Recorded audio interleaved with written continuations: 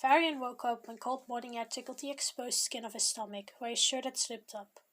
He groaned and sat up, rubbing the sleep out of his eyes. It had been 8 days since he had left home, and he was starting to get a bit homesick. He missed his dad, Rapunzel, his lab, and most of all, he missed having a bed to sleep in. A real bed, not some blankets on the ground. Speaking of beds and sleeping, Varian had fallen asleep outside of his tent.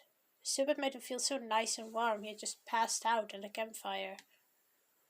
Well, it didn't matter now. He had to get up and face another boring day of just walking. Walking and trying to figure out what his mother's message about the first trial meant. Slowly the boy rose to his feet, stretching the stiffness out of his limbs. He broke down his tent, put the campfire out, and fed his animals. Breakfast for himself would come later. He wasn't hungry yet. We should arrive in Bangor soon. You ready to be around people again, Rudiger? Varian chuckled. I know I am, and that's coming from me. I love being alone, but there's being alone and there's being lonely. This just feels lonely, you know? He could feel the raccoon on his shoulder nod his head in agreement. Varian sighed and looked around. For the past day or so, he had the awful feeling that he was being watched by someone or something. He had written it off as paranoia due to loneliness, because he had a tendency of being paranoid over stupid things. But the feeling just wouldn't leave him alone. He could feel someone's eyes on him. Not daring to say it out loud, in case he was indeed being watched, he just continued walking. Hugo was crouched down in a bush, his green attire making him basically invisible, unless you knew what to look for. He had been following Varian closely for the past 2 days. So far, nothing interesting had happened, and he had yet to get an idea of why this particular boy was so interesting to his mentor. He seemed to be a normal person on a normal trip, but Hugo wasn't here to ask questions. He was just sent to observe, so that he would do. From the corner of his eye, Varian caught something move. It was too quick to really see more than a flash. Could be a branch falling, or a shadow, perhaps, or an animal just crossing paths with him. Yeah, probably just that. They were in the woods, after all. It wasn't uncommon to see an animal. That's what the alchemist told himself, to calm his nerves as he quickened his pace. He was on edge, all senses sharpened to detect possible threats, and heart hammering in his chest, as if it's trying to break out of its ribcage. Hugo easily noticed a change in the other's behavior. He was suspecting something. Not good. Not good at all. The blonde decided it would be better if he kept his distance for a bit. He slid behind a tree, trying to think of a solution. Obviously, he didn't want to be spotted, so continuing to follow would be a ludicrous decision. He rubbed his chin, digging for a new plan. Of course, Bangor. That's where the target was headed. Hugo could just take a shortcut to the Fire Kingdom and wait there until Varian would show up. He could continue to follow the boy from there. You're a genius, Hugo, he told himself, straightening his back with a proud smile, tugging at the corners of his lips. A quick peek around the tree confirmed that Varian was far enough ahead for the blonde to make a silent escape. He ran to the left, exiting the woods within minutes and quickly setting forth to the next kingdom. He could make it before midnight if he kept up a running pace like this. Some hours later, Varian finally left the forest behind. He was now surrounded by grass, rocks, flowers, and the occasional tree. There were not a lot of places for any stalkers to hide. Now he thought of it, the feeling of being followed was gone. So it was just paranoia, the boy told himself. A small relief chuckle following his words. I really am going crazy, huh, Rudiger? His stomach growled loudly, interrupting the boy's train of thought. At first, Varian tried to ignore it. He didn't have a lot of food left, and he didn't want to take a break. Then his stomach growled again, and again, and again, getting louder and angrier upon being neglected each time. Eventually the boy gave in, digging through one of the bags for some bread and cheese. He handed his companion some food too. Let's keep walking. We have to keep up this pace so we won't make it to Bangor before we run out of food, Varian said, taking a big bite out of the bread. It was about 2 days later when Varian started seeing buildings and signs of civilization. That meant they were approaching their destination. Fortunately so, because food had run out that morning and Varian was dying for a meal. His stomach would not stop making angry noises and cramping painfully. The potential of a meal had him speed up, wanting to quicken time and just eat already. Unfortunately for Varian, it would still take several hours to reach the kingdom. By the time he came near the place, he felt weak and about to faint. He wasn't really paying attention to the environment anymore, mostly focused on dragging himself along. When a firecracker went off right in front of his feet, he snapped out of it, screaming in surprise. He wasn't even aware someone was near him, let alone that they had fireworks. I'm so sorry, sir. I didn't mean to throw it your way. It just slipped from my hand and it rolled away. And then I am so sorry. Varian turned to look at the owner of the voice. A young child was running over to him, firecrackers in his hands, along with other fireworks and a burning piece of cloth. Probably to light the fuses and set off the fireworks. His chubby face looked red with embarrassment, and he sounded out of breath from running over. The kid looked up at Varian. I really am sorry. Are you hurt? I didn't hurt you, did I?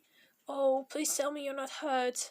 Please, don't tell my dad. I don't want him to be angry at me. I know I'm not allowed to play with fireworks. I'm sorry. He just rambled on, apologizing and bowing his head to add to the apology. It took a few seconds for Varian's tired, starved, and confused brain to even process what had just happened. The kid's voice felt like knives on his eardrums, and he wanted nothing more than to just yell at him. Instead, he forced himself to react in a calmer manner. It's fine. I don't think I'm hurt anywhere. Accidents happen. A yawn interrupted the sentence. Accidents happen to everyone. Don't worry about it. The kid nodded a little. Still, I'm sorry. Is there something I can do to make it up to you? I can invite you for dinner. My dad made dim sums. He paused for a second, looking at Varian. You're not from here, are you? Where are you traveling from? You can sleep over if you want to. I'm sure Dad won't mind. Oh, what's your name? Haven't even introduced myself yet. I'm Yang. That means brave in Chinese. He bowed slightly as a respectful greeting. Varian tried so hard to keep up with everything Yang was saying, but at the moment he just couldn't. Too much information was being handed to him at once. Instead of answering the whirlwind of questions, he just blankly stared at the boy. Yang waited patiently, looking at the alchemist. I like your balls. They're colorful. What are they? He didn't notice the burning cloth was touching some fuses, lighting them. It's chemical compounds for self-defense, Varian answered. His eyes fell on the lit fireworks, and before he could even think of what he was doing, he slapped them out of Young's hand, grabbed the blue ball from his belt, and broke it on the fireworks. Within a fraction of a second, the fireworks were completely encased in ice, and the fuses were put out just before any explosions would happen. He sighed relieved. My name is Varian, by the way. Don't blow yourself up, alright?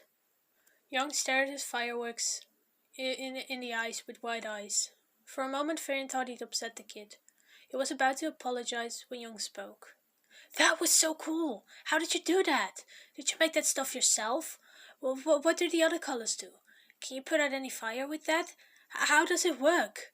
There was another whirlwind of questions coming from the kid. Midway through his next sentence, he gasped. Is that a raccoon? Can I pet it? Is it your pet? How did you domesticate it? What's its name? Varian pinched the bridge of his nose. He really didn't have the energy to deal with such hyperactivity and curiosity right now. He had to stop this or he would get a migraine. Young, could you please stop asking questions? I'm too tired to answer them all right now.